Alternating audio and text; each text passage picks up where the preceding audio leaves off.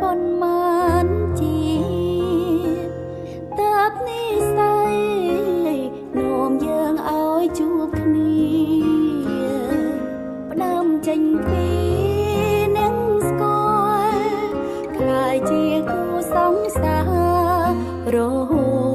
តរៀបការជាគូជីវិត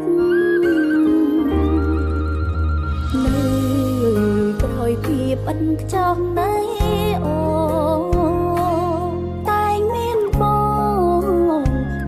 ជួយផ្ដល់គំនិតបងស្រឡាញ់មើលថាអូនមានក្តីសម្បត្តិជីវិតរុងមានសូមភៈមង្គលទូមិនបានជាទេវបុត្រជាសេះសតែល្អឡើងពីវ័យអូ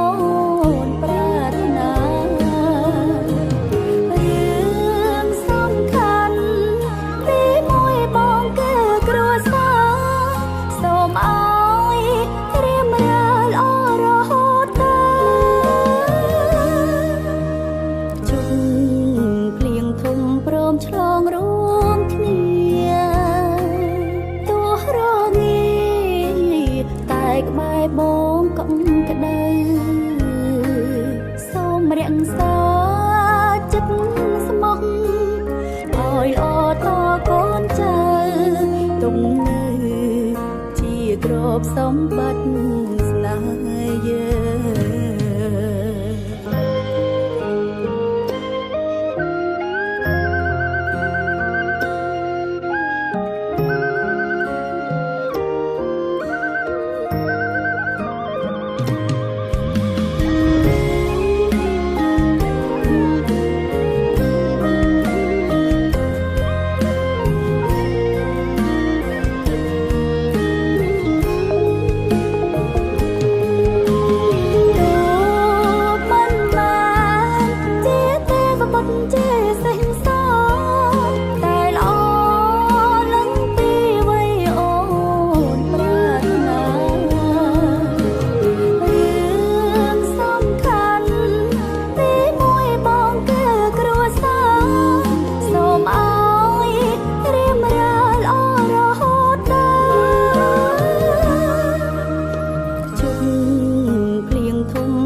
ឆ្លងរួមគ្នា